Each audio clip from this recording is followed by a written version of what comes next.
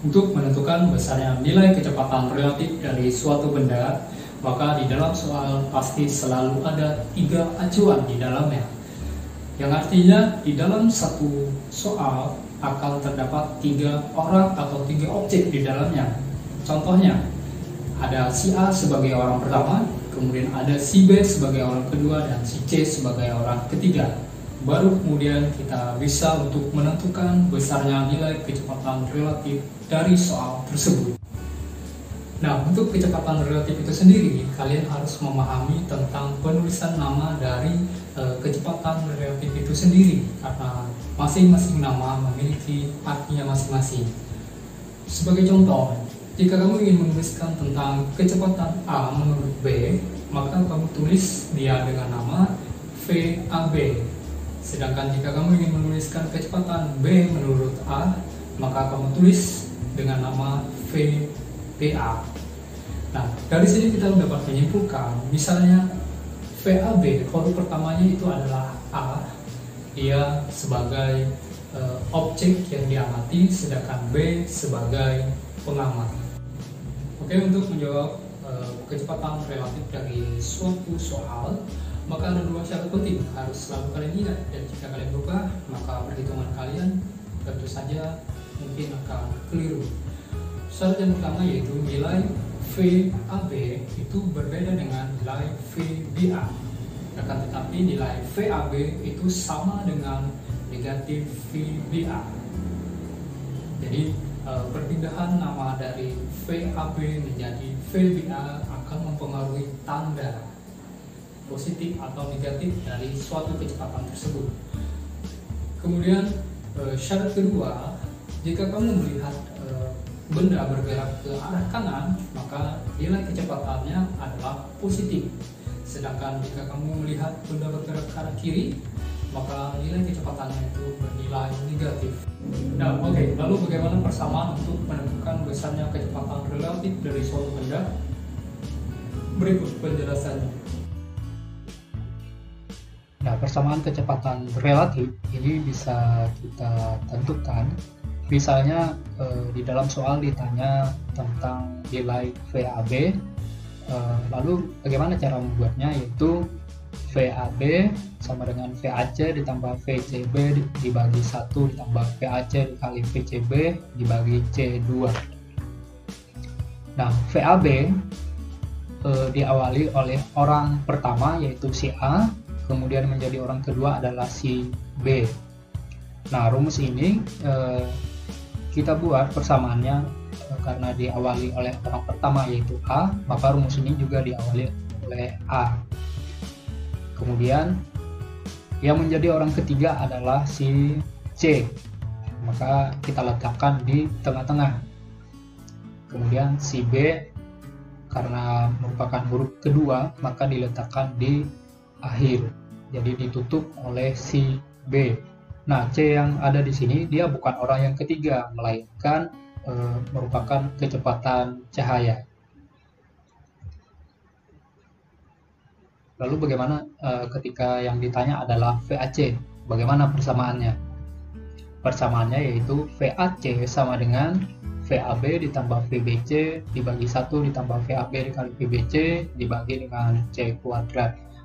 Karena diawali oleh A, jadi huruf pertamanya adalah huruf A, kemudian huruf keduanya adalah C, maka yang menjadi pembuka pada rumus ini adalah si A.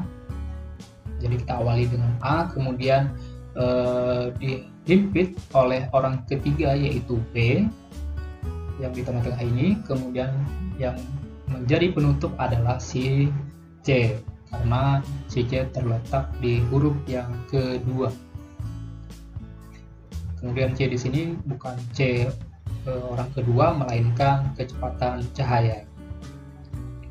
Oke, sekarang kita bermain nalar untuk menciptakan rumus. Misalnya ada sebuah pesawat, kita beri nama si A, bergerak ke arah kanan. Kemudian ada pengamat yang mengamati pesawat si A yang ada di bumi. Kita anggap orang ini adalah si C. Nah, karena pesawat A ini diamati oleh C, maka pesawat ini bergerak dengan kecepatan menurut si C. Jadi bisa kita tuliskan VAC. Kemudian ada lagi pesawat yang datang ke arah kiri yang juga sama diamati oleh pengamat yang ada di bumi, yaitu si C. Kita anggap ini pesawat B. Nah, karena pesawat si B ini juga diamati oleh pengamat yang ada di bumi, maka kecepatan pesawat B ini adalah menurut pengamat si C. Maka bisa kita tuliskan VBC. Nah, bagaimana kecepatan pesawat B menurut pesawat A? Maka yang ditanya adalah VBA. Nah, rumusnya sama seperti tadi. Kita tuliskan VBA. Karena diawali oleh huruf B, maka rumus ini kita buka dengan B. Kemudian dihimpit oleh orang ketiga, yaitu si C, dan ditutup oleh si A. Jadi rumusnya seperti demikian. Kemudian perhatikan tanda melingkar. Di sini Bapak sudah melingkari FCA. Kenapa Bapak lingkari FCA? Karena di dalam soal kita mengetahui FAC bukan FCA. Jadi apa yang harus kita lakukan? Ingat persyaratan yang pertama, yaitu kita harus membalik nama dari VCA menjadi VAC, sehingga nilai FAC akan menjadi negatif karena dibalik. Nah, sehingga persamaannya menjadi VBA sama dengan VBC dikurang VAC dibagi 1 ditambah VBC dikurang VAC dibagi C kuadrat. Nah, selanjutnya kita perhatikan VBC itu bergerak ke arah kiri, sehingga VBC akan bernilai negatif karena pesawat tadi bergerak ke arah kiri. Sedangkan VAC dia bergerak ke arah kanan, berarti bernilai positif. Kenapa di sini masih tertulis negatif? Karena positif dikali negatif itu tetap bernilai negatif. Oke, contoh soal.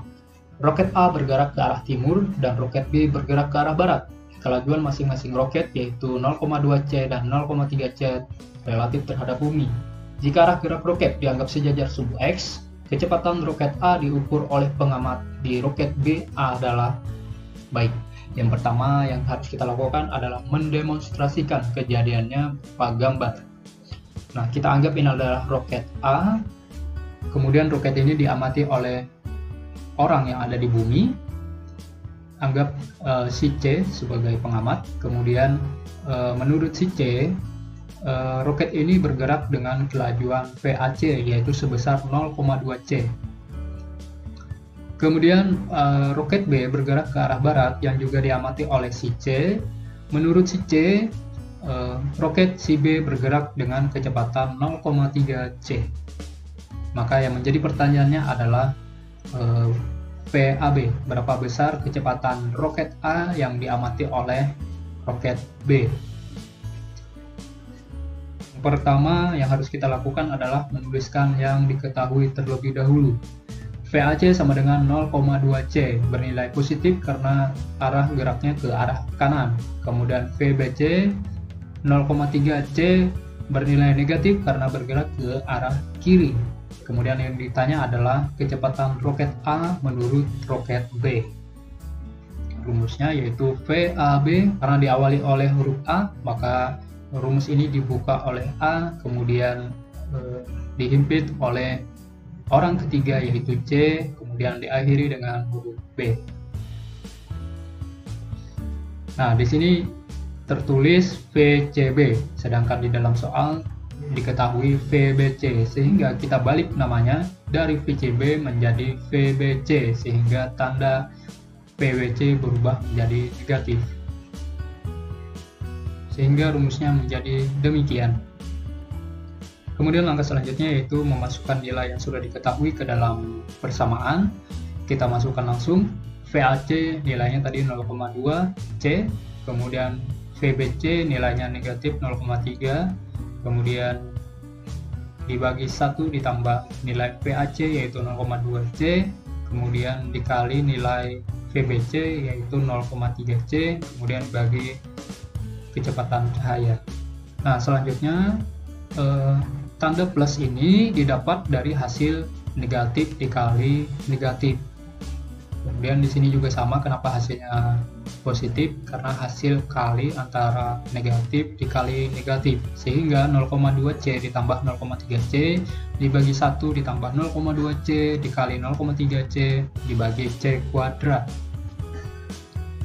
Oke, 0,2C ditambah 0,3C itu sama dengan 0,5C. Kemudian 0,2 dikali 0,3C itu hasilnya 0,06. C kuadrat ini bisa dibagi dengan C kuadrat, sehingga hasilnya yaitu 0,5C 1 ditambah 0,6, sehingga 0,5C dibagi 1,06 itu sama dengan 0,47C.